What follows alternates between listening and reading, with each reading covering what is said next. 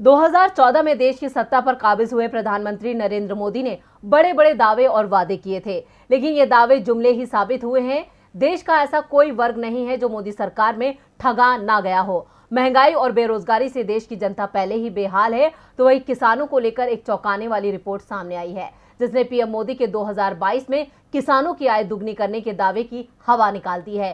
क्या है पूरी खबर, देखते हैं ये रिपोर्ट। पीएम मोदी सरकार एक और जहां 2022 में किसानों की आय दुगनी करने का दावा करती रही है, तो वहीं एक रिपोर्ट ने मोदी सरकार के इस दावे की पोल खोल के रख दी है।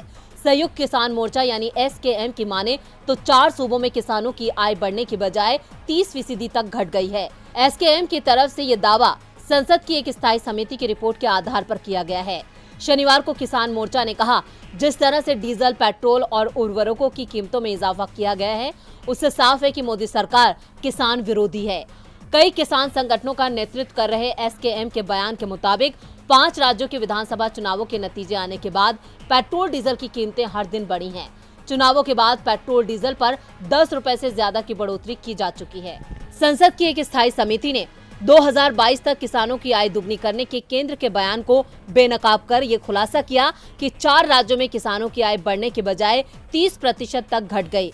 पिछले 3 साल में कृषि मंत्रालय मंजूर बजट को खर्च करने में नाकाम रहा है। रिपोर्ट में ये भी माना जा रहा है कि किसान मान धन योजना के नाम पर किसानों को पेंशन देने की योजना पूरी तरह नाकाम हो गई है।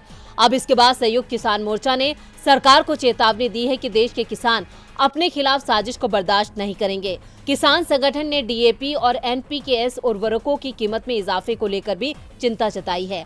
डीएपी खाद की बोरी की कीमत 150 रुपए तक बढ़ा दी गई है, जिसकी वजह से अब इसकी कीमत 1350 रुपए हो गई है। अब किसान एक बार फिर मोदी सरकार से आर पार की लड़ाई का मन बना रहे हैं।